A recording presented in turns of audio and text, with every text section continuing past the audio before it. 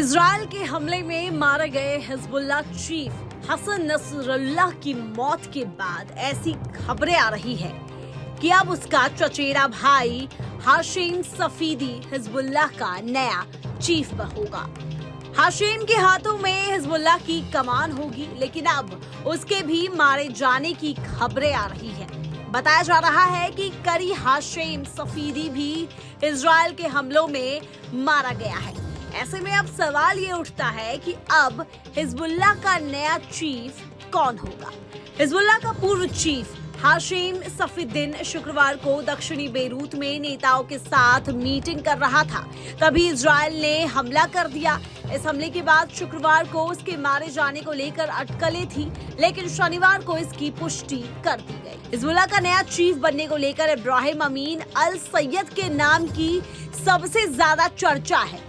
बताया जा रहा है कि इब्राहिम अमीन अल सैयद ही हिजबुल्लाह का नया चीफ होगा। इब्राहिम अमीन अल सैयद का जन्म 1960 में हुआ था और लेबनान के बेका जिले के हाउच अल नबी गांव का रहने वाला है। उसने 1981 में बेरूत की लेबनानी यूनिवर्सिटी से केमिस्ट्री में ग्रेजुएट किया। इसके बाद 1984 में फ्रांस के स्ट्रासबर्ग यूनिवर्सिटी से उसने मास्टर की डिग्री ली। 1987 में उसने आर्लियंस यूनिवर्सिटी से केमिस्ट्री और फिजिक्स में पीएचडी की उपाधि प्राप्त की।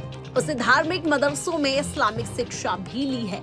इब्राहिम अमीन अल सैयद पहले अमल आंदोलन का हिस्सा था। 1980 के दशक की शुरुआत में वो इस संगठन के प्रतिनिधि के रूप में ईरान में काम कर चुका है।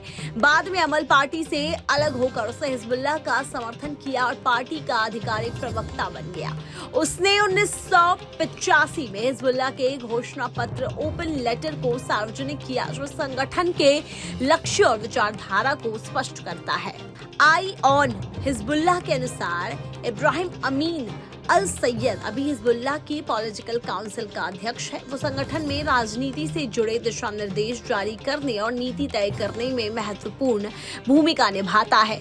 इब्राहिम अमीन अल सैयद लेबनान की सक्रिय राजनीति का भी हिस्सा रह चुका है। वह 1992 और 1996 में हिजबुल्लाह की loyalty to the resistance block के तहत लेबनान की संसद के लिए चुना गया था। 2001 में वह हिजबुल्लाह की शुरा काउंसिल में चुना गया और तब से संगठन के पॉलिटिकल विंग का हेड है। उसके लेबनान के अधिकतर राजनेताओं से संबंध है। इब्राहिम अमीन अल सैयद ने हिजबुल्लाह और ईरान के बीच कूटनीतिक संबंधों को मजबूत करने में भी अहम भूमिका निभाई है। कुछ रिपोर्ट के अनुसार वह ईरान के राजनयिक अधिकारियों के साथ सीधे संपर्क में रहता है और संगठन की नीतियों को आकार देने में योगदान देता है। लेबनान की राजनीति से लेकर ईरान के साथ वह बड़े स्तर पर जुड़ा हुआ है। इजराइल ने हिजबुल्लाह के कई कमांडरों को ढेर करने के बाद अब लेबनान में उसके खुफिया हेडक्वार्टर को भी उड़ा दिया है। इजरायली सेना की ओर से दक्षिणी लेबनान में किए गए इस हमले में कम से कम 250 लोग मारे गए हैं। इससे ईरान बौखला गया है। ईरान का कहना है कि वह पीछे नहीं हटेगा। इजरायली सेना ने कहा कि उसने बेरूत में शुक्रवार को हिजबुल्लाह के खुफिया मुख्यालय को निशाना बनाया। इसके साथ ही आतंकी समूह के टॉप कमांडरों को निशाना बनाया। एक अस्पताल को हिजबुल्लाह आतंकी कमांडर सेंटर के तौर पर इस्तेमाल कर रहे थे, उसे भी हमले में ध्वस्त कर दिया गया है। ईरान के सर्वोच्च नेता अली खामेनेई ने कहा कि इन हमलों से तेहरान की सेहत पर कोई प्रतिकूल प्रभाव नहीं पड़ेगा। अब वह किसी भी कीमत पर पीछे हटने वाले नहीं हैं। आपको हमारा वीडियो कैसा लगा हमें इस कमेंट बॉक्स में जरूर बताएं और देश विदेश की तमाम खबरें देखने के लिए बने रहिए न्यूज स्टेट्स के साथ।